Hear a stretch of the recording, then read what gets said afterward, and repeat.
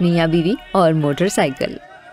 لاہور کا بہت مشہور بازار ہے شاہ عالم مارکیٹ۔ وہاں شام 5 بجے تھے اور بازار رش سے بھرا ہوا تھا۔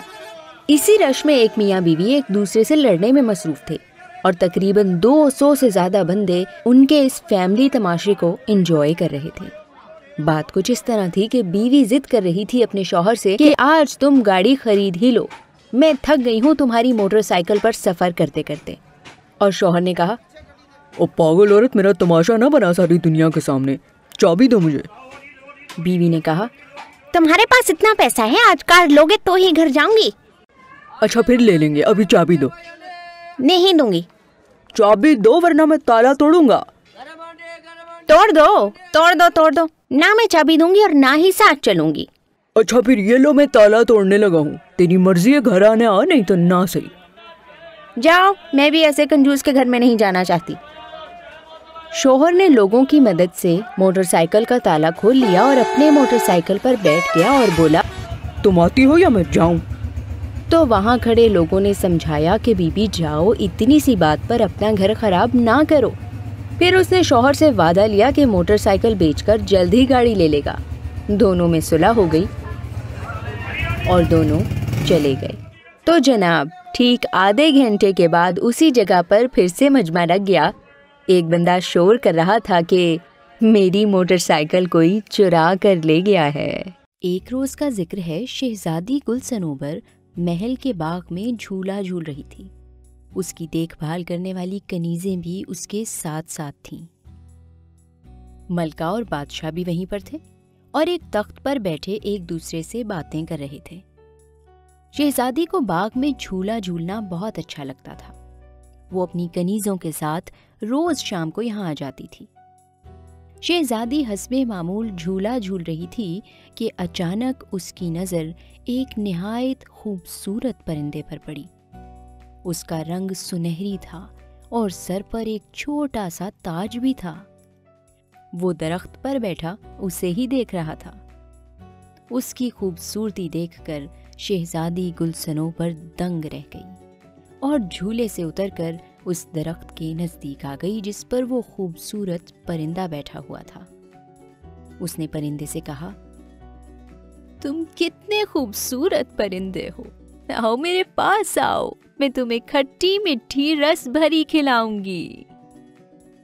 اس کی بات سن کر پرندے نے کہا، میرا دل تو چاہ رہا ہے کہ تم جیسی اچھی اور خوش اخلاق لڑکی کے ساتھ کچھ دیر بیٹھ کر باتیں کروں، کھٹی میٹھی رس بھریاں کھاؤں، مگر میں تو نگر کی سیر کرنے کے لیے نکلا ہوں، اس لیے چلتا ہوں۔ یہ کہہ کر اس نے اپنے پر پھڑ پھڑائے اور اڑ گیا۔ شہزادی صنوبر کو بہت حیرت ہوئی کہ وہ خوبصورت پرندہ انسانوں کی طرح باتیں کرتا تھا۔ وہ بھاگ کر بادشاہ کے پاس آئی اور بولی، ابا حضور، مجھے وہ بولنے والا پرندہ چاہیے، اب بھی اسی وقت۔ تو بادشاہ نے کہا، بیٹی، میں نے کہانیوں میں تو سنا ہے کہ پرستان میں کچھ ایسے پرندے بھی ہوتے ہیں جو انسانوں کی طرح باتیں کرتے ہیں۔ وہ پرندہ پرستان سے آیا ہوگا، ہو سکتا ہے وہ کل پھر آئے۔ اگلے روز شہزادی صنوبر انتظار ہی کرتی رہی مگر وہ پرندہ دوبارہ وہاں نہیں آیا۔ اس کی فکر میں شہزادی نے پورے دن نہ کچھ کھایا اور نہ کچھ پیا۔ جب رات ہوئی تو وہ بالکل ہی نا امید ہو گئی۔ ملکہ نے اسے مختلف طریقوں سے بہلانے کی کوشش کی مگر اس عجیب و غریب پرندے کے خیال کو شہزادی صنوبر کے دل سے نہ نکال سکی۔ اپنی چہیتی بیٹی کی اداسی دیکھ کر بادشاہ بھی پریشان ہو گیا تھا۔ جب 2-3 دن اسی طرح گزر گئے تو ملکہ اور بادشاہ کی تشویش میں اضافہ ہو گیا۔ شہزادی گل صنوبر ان چند روز میں نہایت کمزور ہو گئی تھی۔ انہیں یہ ڈر تھا کہ کہیں وہ بیمار نہ پڑ جائے۔ بادشاہ کے ذہن میں ایک خیال آیا۔ اس نے سوچا کہ وہ شہزادی کے ساتھ پرستان جا کر اس پرندے کو تلاش کر کے اپنے ساتھ لائے تاکہ اسے پا کر وہ خوش ہو جائے۔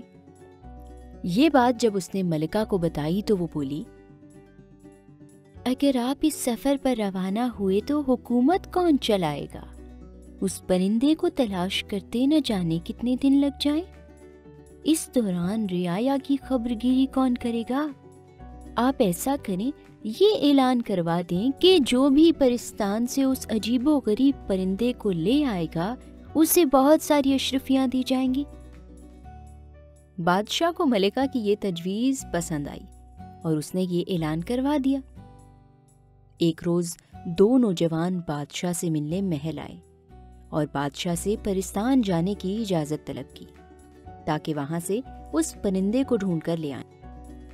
بادشاہ نے انہیں اجازت دے دی اور تاکید کی کہ وہ اس پرندے کو لے کر جلد سے جلد آنے کی کوشش کریں، کیونکہ شہزادی گل صنوبر کی حالت دن بدن بگڑتی جا رہی تھی۔ دونوں نوجوان اپنے اپنے گھوڑے پر سوار ہو کر اس پرخطر سفر پر روانہ ہو گئے۔ ان میں سے ایک کا نام شہریار تھا اور وہ ایک لکڑہارے کا بیٹا تھا۔ دوسرے نوجوان کا نام سلیم تھا اور اس کا باپ ریشمی کپڑوں کا تاجر تھا۔ سلیم چونکہ ایک دولت مند تاجر کا بیٹا تھا، اس لیے اس میں بہت غرور تھا۔ اس نے شہریار سے کہا، تم جا کر اپنے باپ کے ساتھ جنگل سے لکڑیاں کاٹو، انہیں گدھے پر لاد کر شہر بیچو، تم میرے چکروں میں کہاں پڑ گئے ہو؟ شہریار نے اس کی بات کا برا نہیں منایا، مسکرا کر بولا، لکڑیاں تو میرے ابا کاٹ لیں گے، تم ان کی فکر چھوڑو۔ ہمارے بادشاہ سلامت اور ان کی ملکہ بہت اچھی ہیں، وہ دونوں اپنی رعایا کا بہت خیال رکھتے ہیں۔ ان لوگوں کے اچھے سلوک کی وجہ سے ہمارے ملک میں شیر اور بکری ایک گھاٹ پر پانی پیتے ہیں۔ اپنے بادشاہ سلامت کی وجہ سے ہم لوگ بہت خوشحال ہیں۔ اب اگر ان پر وقت پڑا ہے تو ہمارا بھی فرض ہے کہ ہم ان کی مدد کریں۔ مجھے انعام کا لالچ نہیں ہے، میں تو بس یہ چاہتا ہوں کہ وہ پرندہ جلد سے جلد لا کر بادشاہ سلامت کے حوالے کر دوں تاکہ ان کی بیٹی خوش ہو جائے اور ہمارے بادشاہ اور ملکہ کی فکر دور ہو۔ وہ باتیں کرتے کرتے کافی دور نکل آئے تھے۔ اس وقت وہ ایک میدان میں تھے جس میں کہیں کہیں بڑے درخت بھی نظر آ رہے تھے۔ ایک درخت کے نیچے انہوں نے ایک بوڑھی عورت اور اس کے شوہر کو دیکھا۔ شہریار اور سلیم کو آتا دیکھ کر بوڑھا شخص کھڑا ہو گیا اور انہیں رکنے کا اشارہ کیا۔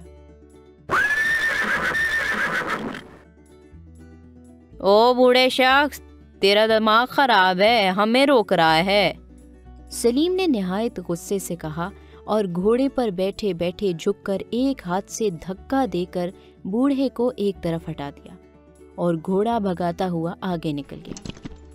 بیچارہ بوڑھا زمین پر گر پڑا۔ اسے گرتا دیکھ کر اس کی بیوی چیخ چیخ کر دہائیاں دینے لگی۔ یہ دیکھ کر شہریار جلدی سے گھوڑے سے نیچے اترا، بوڑھے کو زمین پر سے اٹھایا اور بولا، محترم بزرگ، چوٹ تو نہیں آئی؟ بوڑھا کراہتا ہوا کھڑا ہو گیا اور بولا، برا ہو اس بدبخت کا، مجھے پہلے پتا ہوتا وہ ایسا ہے، میں کبھی اسے اپنی مدد کے لیے نہ روکتا۔ اسے چھوڑیے، مجھے بتائیے میں آپ کی کیا مدد کر سکتا ہوں؟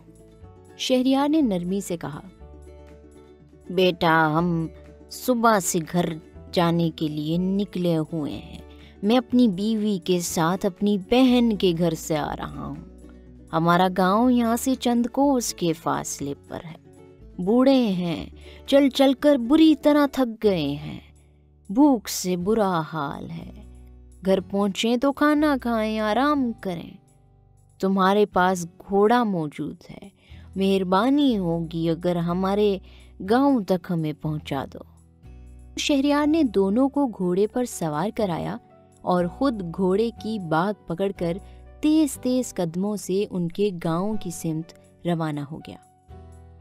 دونوں میاں بیوی اسے دعائیں دے رہے تھے۔ شام ہوتے ہی وہ ایک گاؤں میں پہنچ گئے۔ اسی گاؤں میں ان بوڑھے میاں بیوی کا گھر تھا۔ گھر پہنچ کر بوڑھے اور اس کی بیوی نے بڑے اصرار سے شہریار کو اس بات پر آمادہ کر لیا کہ وہ اگلے روز تک ان کے گھر میں ٹھہرے، کیونکہ رات سر پر تھی۔ شہریار نے ان کی بات مان لی۔ رات کھانا کھانے کے بعد بوڑھے نے کہا، اب نوجوان تم بتاؤ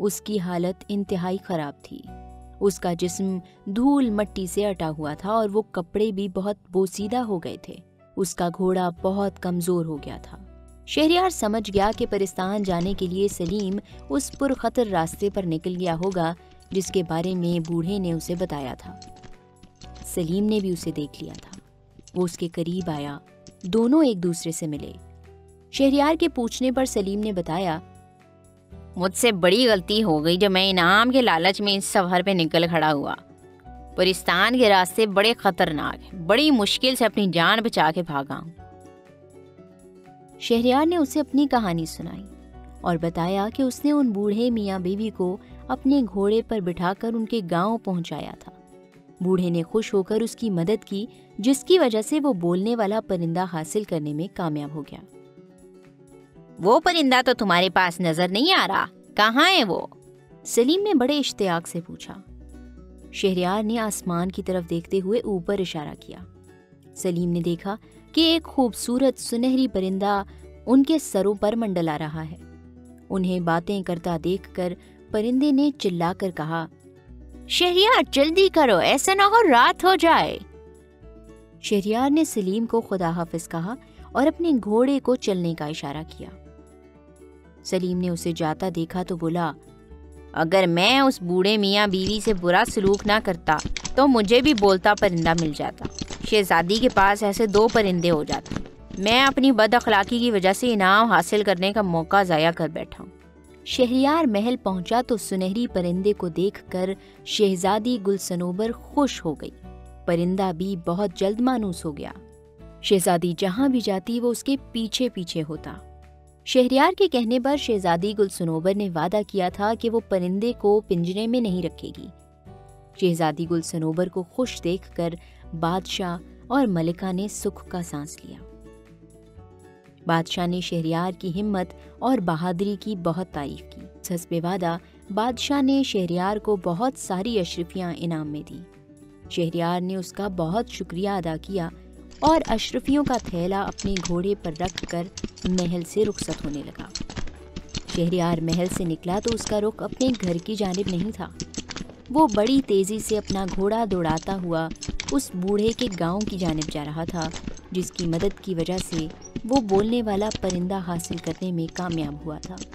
وہ ان کے گاؤں میں پہنچا تو وہ بیچارہ بوڑھا بیمار پڑا تھا اور اس کی بیوی اس کی دیکھ بھال میں لگی ہوئی تھی۔ بیماری کی وجہ سے بوڑھا اپنے کام پر بھی نہیں جا سکا تھا۔ ایسے میں شہریار کی دی ہوئی رقم ان کے بہت کام آئی تھی۔ شہریار کو دیکھ کر دونوں میاں بیوی خوش ہو گئے۔ شہریار نے اپنی کامیابی کی خبر انہیں سنائی۔ پھر اس نے بادشاہ کے دیے ہوئے انعام میں سے آدھی اشرفیاں بوڑھے کے حوالے کی اور بولا، آدھے انعام کے آپ بھی حقدار ہیں۔ اگر آپ میری مدد نہ کرتے تو مجھے وہ پرندہ کبھی نہیں ملنا تھا۔ اتنی بہت سی اشرفیاں پا کر وہ خوش ہو گئے اور شہریار کو دعائیں دینے لگے۔ اس کے بعد شہریار اپنے گھر آیا۔